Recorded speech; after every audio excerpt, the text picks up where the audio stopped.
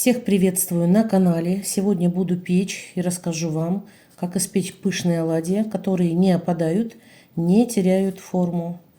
Рецепт обычный, ничего необычного нету, стандартный рецепт оладушек, но есть несколько нюансов, на которые нужно обязательно обратить внимание. Их я озвучу в течение видео. Вот такие пышные воздушные оладьи я сегодня пеку. Рецепт настоятельно рекомендую, думаю, вам очень понравится. Пол-литра кефира абсолютно любой жирности. У меня 2,5. 5 столовых ложек сахара с горкой.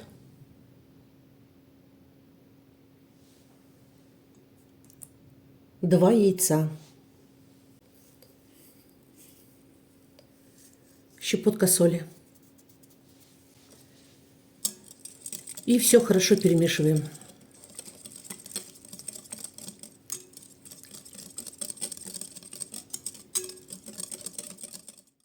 Количество муки может варьироваться. Это будет зависеть от размера ваших яиц и от жидкости самого кефира. Вы знаете, он может быть и погуще, и пожиже. То есть от этого тоже будет зависеть количество муки. На этот рецепт идет 460 грамм муки. Но все сыпать не советую. Советую начать где-то с 390-400 грамм. И там, если будет тесто жидковато, тогда добавите муку.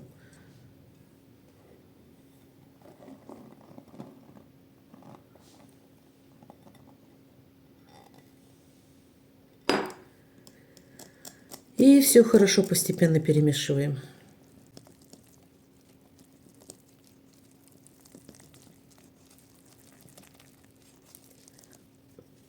От густоты теста будет зависеть, насколько ваши оладушки будут держать форму. Это имейте в виду. Это один из нюансов. Тесто на оладушке не должно быть жидким.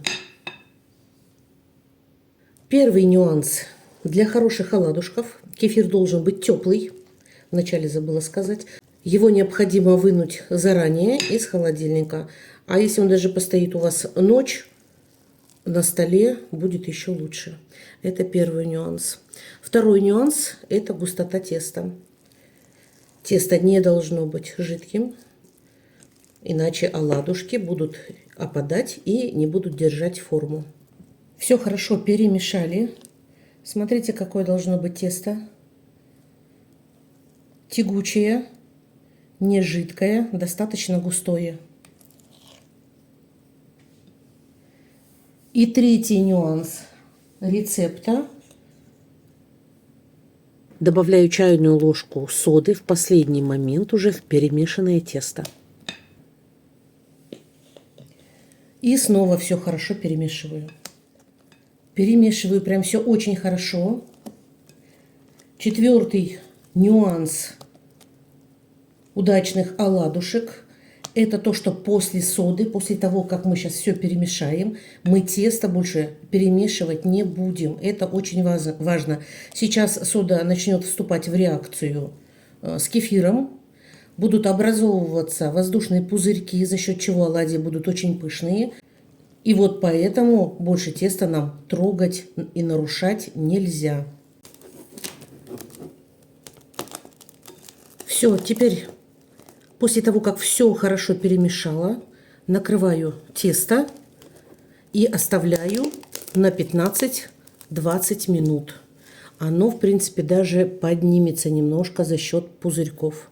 Все оставляем, ждем, чтобы сода с кефиром сделала свое дело.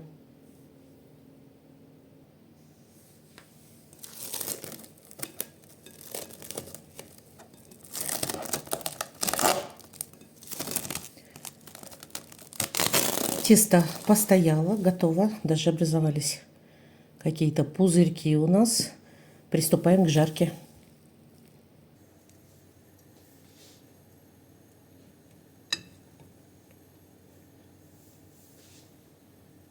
Тесто набираем в ложку и второй ложкой перекладываем на сковородку.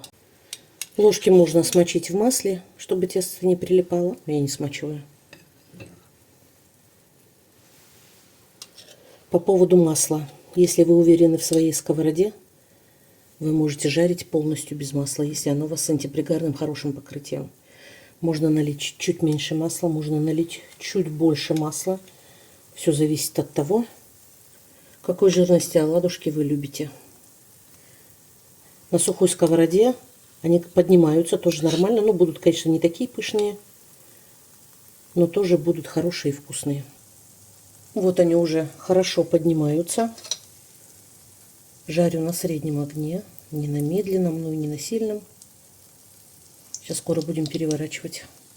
Вот, смотрите, сколько пузырьков. Уже они хорошо поднялись.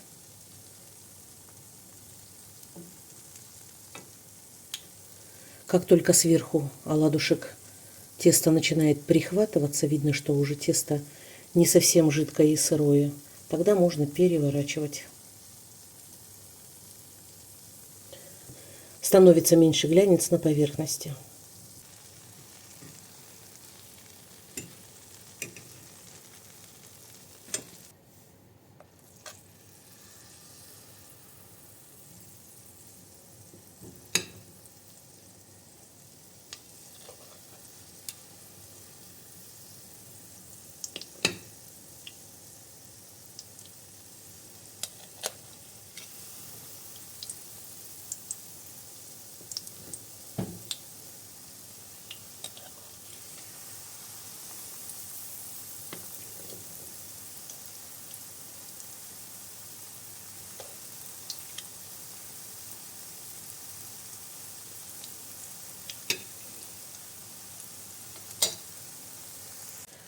Посмотрите, как быстро и хорошо они поднимаются. Самое главное, они после этого не теряют формы.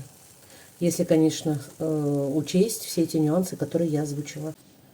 Вот такая большая горка оладий получилась из этого количества теста. Кому это много, ну да, это получается оладьи на всю семью, то можете смело делить рецепт на 2.